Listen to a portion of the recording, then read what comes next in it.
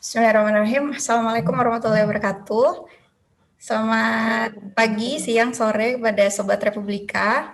Ketemu lagi di episode News Story. Kali ini saya, Lida, reporter Ekonomi Republika, akan memandu News Story episode kali ini.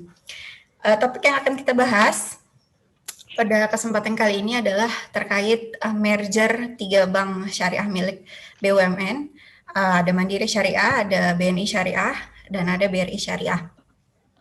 Benefit BSI ini, penggabungan merger ini untuk kita nasabah.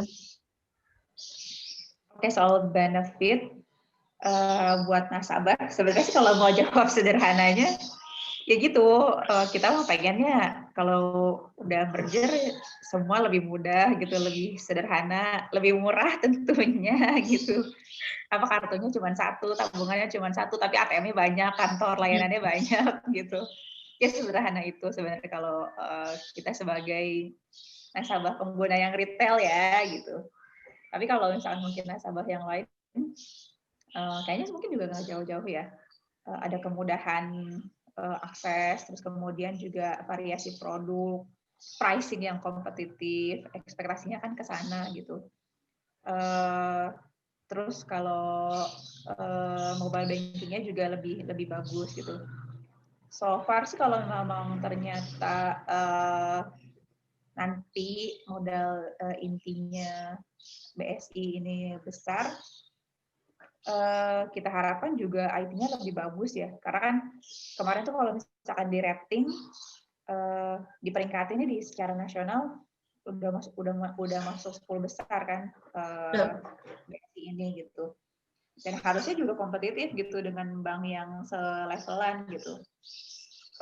Mobile bankingnya bagus, terus jaringannya banyak, produknya variatif. Udah, dan saya pikir sih produk-produk yang sebelumnya juga udah cukup mengcover ya, kayak kebutuhan bank kartu pembiayaan gitu. Itu udah ada, tinggal diterusin dari yang bank sebelumnya. Produk pria semuanya udah punya gitu. Kemudian untuk konsumen wholesale juga udah ada. Itu buat konsumen sih kalau dilihat dari portofolio produk sih udah lumayan oke sih.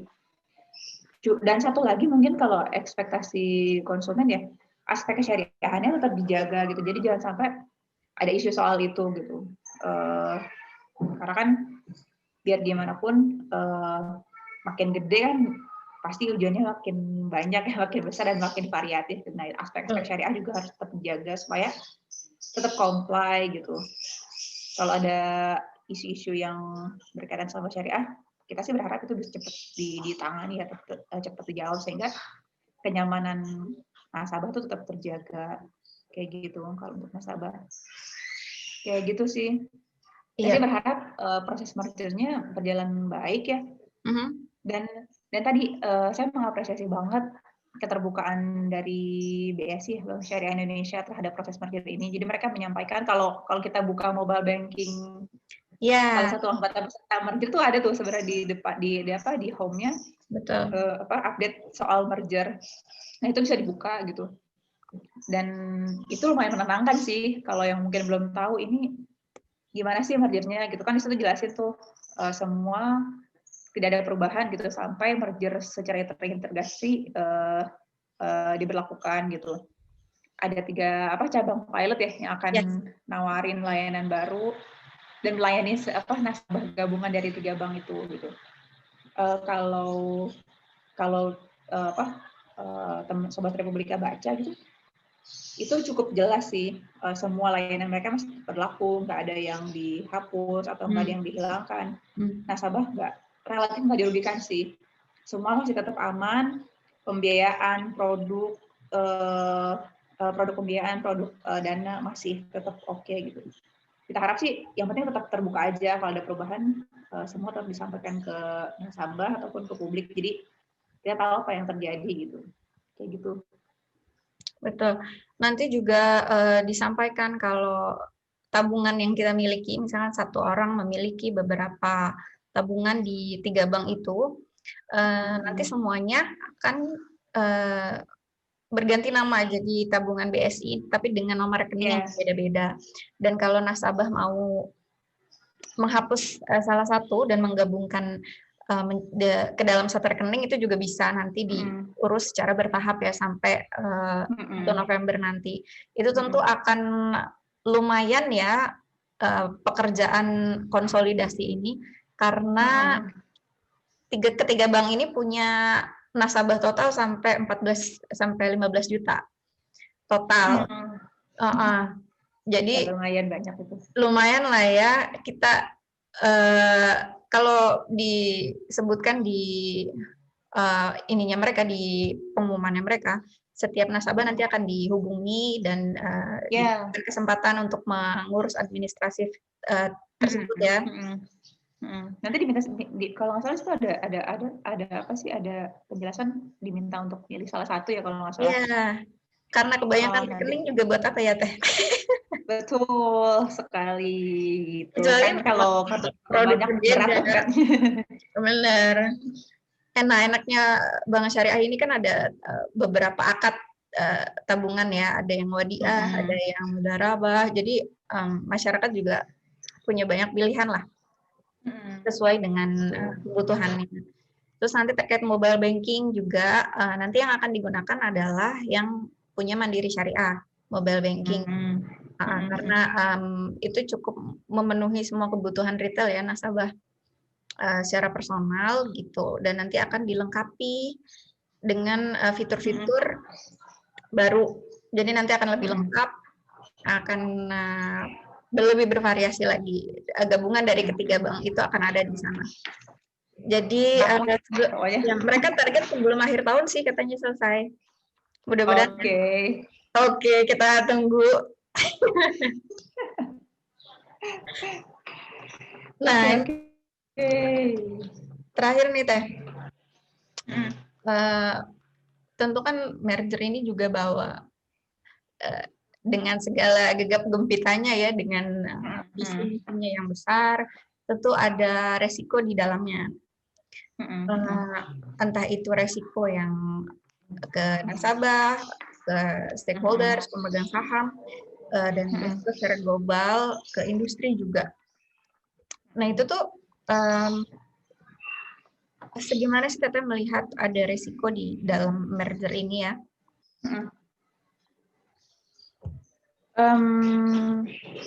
Perubahan yang signifikan pasti punya ini juga ya, punya dampak juga gitu. Nah, terlepas dari pro kontra kita sendiri gitu ya, pro kontra yang terjadi, saya pribadi sih menyambut baik gitu merger ini. Ada beberapa catatan sih kalau dari saya terkait dengan merger ini. Pertama dari buat internalnya sendiri ya, dan saya yakin sih ini pasti sudah diperhitungkan sih sama pihak BSI. Di internal sendiri BSI harus memastikan gitu bahwa compliance yang selama ini sudah berjalan di 3 bank itu tetap berjalan, dan tetap dijaga. Apa aja, salah satunya unsur kesyariahan. Dengan jadi bank yang sangat besar, ada kompleksitas yang kemudian meningkat gitu. Nah itu secara syariah juga kan harus ditelaah gitu, karena beda sama bank konvensional, bank syariah itu punya salah satu aspek compliance syariah gitu. Nah itu harus dipenuhi betul, harus diperhatikan betul. Jadi jangan sampai secara produk oke, secara layanan oke, manajemen nggak masalah, nyangkut di soal syariah gitu. Itu bermasalah juga itu. Jadi jangan sampai secara syariah compliance itu bermasalah. Itu satu. Kedua, ada di luar ya, keluar BSI-nya sendiri, ada tantangan di industri. BSI akan jadi bank syariah yang sangat besar gitu, 240 triliun dari segi aset, 20 triliun dari segi modal. Itu akan jadi bank yang sangat-sangat besar gitu ya untuk dibandingkan industri perbankan syariah nasional dan pelaku-pelaku industri syariah di dalamnya. Dengan jadi bank yang sangat besar sendiri, kebayang nggak sih bahwa begitu dia besar sendiri, ada kerawanan kan gitu, kerawanan nyenggol yang kecil gitu, yang sebelahnya atau nginjak yang di bawahnya gitu. Jadi begitu besar sendiri, maka industri juga harus responsif terhadap ini, karena begitu BSI, kita kan juga kita berharap semua BSI berjalan mulus ya bisnisnya, share of compliance-nya, tapi kan enggak, apa ya, tiada hari gitu tanpa 1-2 hari turun hujan kan, nggak semua hari kemudian cerah gitu, ada saat mungkin juga persoalan itu ada gitu, maka industri juga harus disiapkan gitu, jangan sampai ada BSI yang besar kemudian saat BSI bermasalah maka yang kesandung se-industri-industrinya gitu, kesangkut, jangan sampai kayak gitu. Jadi ini juga jadi catatan buat regulator untuk memastikan bahwa saat ada BSI ini yang lain tetap punya playing field level yang sama gitu. Jadi ada bank yang besar tetap punya regulasi yang sesuai dengan size mereka. Kemudian yang kecil-kecil di bawahnya juga tetap punya regulasi yang cocok untuk mereka, sehingga nggak ada yang sangat besar gitu, nggak ada yang sangat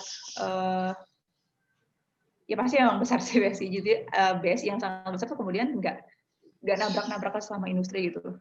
Prinsip dalam ekonomi syariah kan sebenarnya saling tolong menolong kan. Kita bahagia gitu kalau ada saudara kita juga sukses gitu. Kita bahagia kalau saudara kita bagus kinerjanya. Tapi kemudian jangan sampai ada persoalan yang membuat karena dia sukses dan besar itu kemudian saat dia kenapa-napa dia justru ngeganggu gitu ekosistemnya gitu. Nah itu harus diantisipasi gitu. Dan gimana juga hubungan nanti BSI dengan industri. Gimana BSI dengan bank-bank di bawahnya, bank-bank yang lebih mikro. Jadi gimana dengan BMT, gimana dengan sosial keuangan Islam, itu harus dipikirin juga gitu. Karena ini beneran gede gitu, beneran gede banget. Gitu. 40% dari mayoritas. Itu kan 40% gitu. Jadi bayangin kalau misalnya ada satu wadah gitu ya isinya sekitar 34 bank, ada satu bank yang gede banget gitu, ukurannya 4 kali lipat dibandingkan bank-bank yang lain gitu. Itu akan itu akan sangat menonjol gitu kalau misalnya dia kenapa-napa, akan sangat pertama mungkin akan mengganggu industri, kedua akan menimbulkan efek citra yang gimana gitu kan kalau misalkan dia kenapa-napa. Kita sih berdoa baik-baik aja gitu, tapi kan risiko-risiko itu selalu ada, sehingga itu harus dimitigasi. Kemarin sih kita sih berharap pihak-pihak terkait ya kayak KNKS, OJK, kemudian pemerintah nanti kalau misalnya terhadap BUMN mau masukin modal, kita juga memperhatikan hal itu gitu. Jadi sama-sama baiklah industri secara citra, kemudian industri perbankan dan keuangan syariah juga tetap terjaga kayak gitu sih. Terakhir mungkin juga risiko terkait teknologi, kemudian keamanan gitu. Kita tahu kan bank-bank besar juga sempat, bank-bank yang besar aja sempat kesandung soal itu. Kita berharap BSI selain berkah mudah gitu ya, juga bagus gitulah ya teknologinya gitu. Kita nggak berharap lah ada isu soal kesangkut lah apa gimana gitu soal IT. Kita berharap itu bisa berjalan dengan baik gitu. Mudah-mudahan lah itu bisa terwujud ya. Catatan-catatan itu tetap ada dan saya yakin itu dipertimbangkan sama BSI, sama regulator. Dan kita berharap sih sinergi ini memang merger ini bisa membawa kebanggaan buat Indonesia, kebanggaan buat industri keuangan syariah, tapi juga tetap merhatiin aspek-aspek yang mungkin rentan dan rawan ya untuk tersangkut gitu, BSI tersangkut gitu. Kayak gitu. Sesuai dengan tujuan utamanya kan ya Teh, kenapa bank ini akhirnya dilahirkan ini untuk mengatasi jebakan 5% kita. Kemarin OJK sudah mengeluarkan laporan terbaru per Desember 2020, itu pangsa pasar kita udah lewat sih Teh, 6%, 6% ya. Alhamdulillah. Setelah berapa tahun? Setelah 20 tahun. Setelah 20 tahun tidak bergerak gitu ya. Dan mudah-mudahan dengan ekspansi yang lebih besar ini, juga bisa membawa lebih banyak akumulasi ya, gulungan. Setelah diimpikan gitu, kita ingin mencapai 2 digit itu mudah-mudahan dalam beberapa tahun ke depan bisa. Gitu dampaknya ke industri ya. Gitu, mudah-mudahan sih emang apa ya, jadi momen yang baik buat kita semua sih. Kita nih jadi benar-benar lokomotif untuk keuangan dan ekonomi syariah gitu. Dia besar karena dia mau BSI besar dan ikut tarik yang lain gitu untuk sama-sama gerak. Yang menarik dari industri perbankan syariah adalah secara produk, secara layanan sama-sama bersaing gitu, sama-sama kompetitif. Tapi di sisi lain mereka juga saling bantu gitu, yang selama ini saya perhatiin ya, mereka juga saling bantu. Jadi saat ada bank lain, nasabahnya nanya, ada nggak produk kartu pembiayaan gitu, kartu kredit, di sini nggak ada gitu, tapi ibu bisa ke bank yang itu gitu, yang menyediakan kartu pembiayaan syariah. Jadi satu sisi mereka bersaing, satu sisi juga saling bantu gitu. Dan ini kan yang enak gitu dari industri perbankan syariah gitu. Produknya berusaha sekompetitif mungkin, tapi juga nggak kemudian saling gontok-gontokan banget gitu, saling jatuhin, enggak. Alhamdulillah sih, mudah-mudahan sih yang kayak gitu-gitu semangat yang seperti itu ya tetap terjaga. Baik. Ya gitu. Terakhir Teh, kayaknya tadi udah diakhiri dengan pesan dan pesan ya. Kita banyak berdoa, semoga semuanya berjalan dengan lancar, nasabah semuanya happy gitu ya. Semuanya bisa terlayani, dan mudah-mudahan ini jadi langkah besar memang tujuannya bahwa Indonesia menjadi pusat ekonomi dan keuangan syariah dunia. Jangan sampailah kita ya, Indonesia yang punya potensi besar ini, dari Sabang sampai Merauke, pasarnya besar, sumber daya banyak, jadi tertinggal oleh mereka yang potensinya kecil tapi serius gitu ya. Semoga langkah serius awal ini bisa kita embrace ke depan ya, didukung oleh semua pihak dan juga membawa manfaat untuk industri semuanya, nggak hanya yang besar aja dilayani, tapi yang kecil juga mendapatkan kemaslahatan ya. Tujuan utamanya gitu kan ternyata ya, sesuai maqasid syariah. Iya benar. Baik, mungkin segitu dulu kesempatan kali ini. Kita membahas menarik sih ya. Kalau punya masih banyak pertanyaan, kita cover ini menyeluruh ya dari beberapa tahun yang lalu. Insya Allah ada banyak insight di sana, ada banyak pengamat juga mengeluarkan argumentasinya terkait hal ini. Jadi untuk kesempatan kali ini, terima kasih banyak sudah bergabung kepada teman-teman Republika. Semoga sehat selalu di masa pandemi. Terima kasih, saya undur diri dan Teh Fuji juga. Dadah Teteh. Assalamualaikum warahmatullahi wabarakatuh. Waalaikumsalam warahmatullahi wabarakatuh.